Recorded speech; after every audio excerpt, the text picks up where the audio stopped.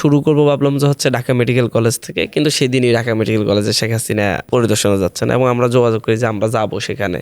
এরপর আমাদেরকে মানে হচ্ছে খুব করা হয় যে এখানে যাওয়া যাবে না। পিয়ন বা হচ্ছে নার্স ওনারা অনেকে চোখের পানি ফেলে দিয়ে কত লাশ হাতের উপর দিয়ে গেলাম, কেউ বলো 40 জন, কেউ বলো 50 জন। আমরা অ্যাম্বুলেন্সে করে মাহিন ভাইকে আমরা রুগী সাজিয়ে নিজেদের ড্রেস আপ একটু চেঞ্জ করে মানে কোনো মতো পালাইয়ে আসি, পালানোর পর হসপিটাল থেকে কল পাই যে হচ্ছে নাহিদ ভাই একটু কথা বলতে চাচ্ছেন, আমরা এসে সেদিন ওনার সাথে একটু দেখা করতে পারি জনস্বাস্থ্যে। মানে তার আটক হওয়ার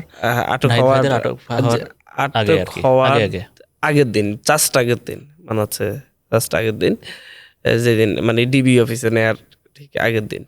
তো হচ্ছে যাওয়ার পরে উনি নির্দেশনা দেন যে আহতদের খবর নিতে, সকল হসপিটালে যাইতে এবং হচ্ছে শহীদদের খবর নিতে। এরপর হচ্ছে একটু যেহেতু হচ্ছে ওনারা টেনশনে, এখন আমাদের দায়িত্ব যে হচ্ছে আমরা যেন হচ্ছে আপনার লিগেলি যারা হচ্ছে ইয়ে হয়েছে কিছু আইনজীবীর সাথে কানেক্ট করে ওদেরকে মুক্তির জন্য কথা বলতে, আর স্পেশালি আন্দোলনটাকে যেন হচ্ছে আমরা একটু ধারাবাহিকভাবে রাখি, একেবারে বন্ধ না দিয়ে একটু স্লো থেকে আবার উঠানোর চেষ্টা করি, আমাদের মানে একটা কমন নির্দেশনা দেন।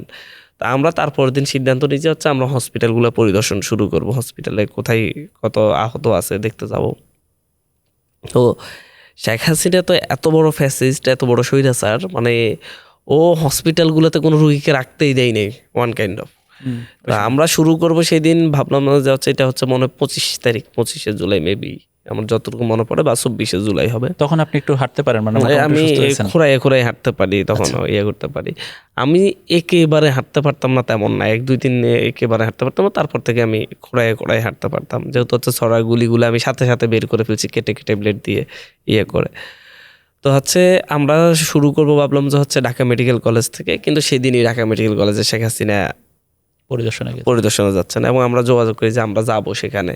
এরপর আমাদেরকে মানে হচ্ছে খুব করা হয় যে এখানে যাওয়া যাবে না, এই সেই।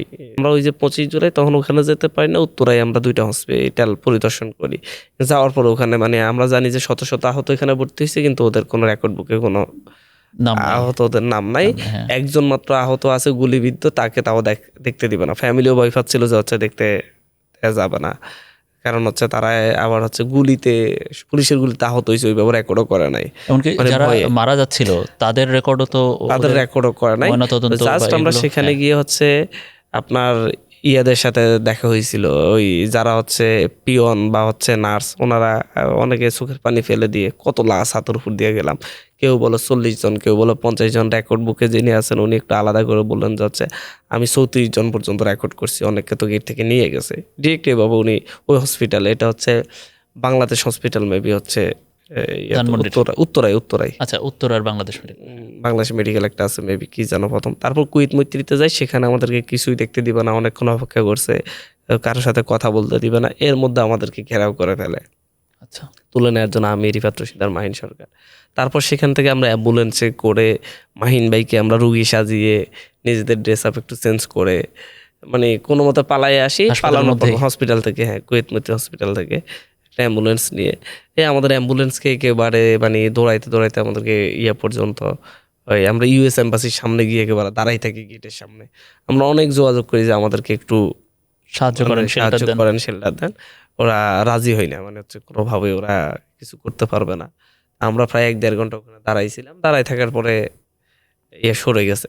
তারপর আমরা অন্য জায়গা থেকে সাহায্য পাই, একটা সংস্থা থেকে সাহায্য পাই। এরপর তো হচ্ছে আন্দোলন ধারাবাহিকভাবে আমরা সাংস্কৃতিক আন্দোলনের দিকে যাই।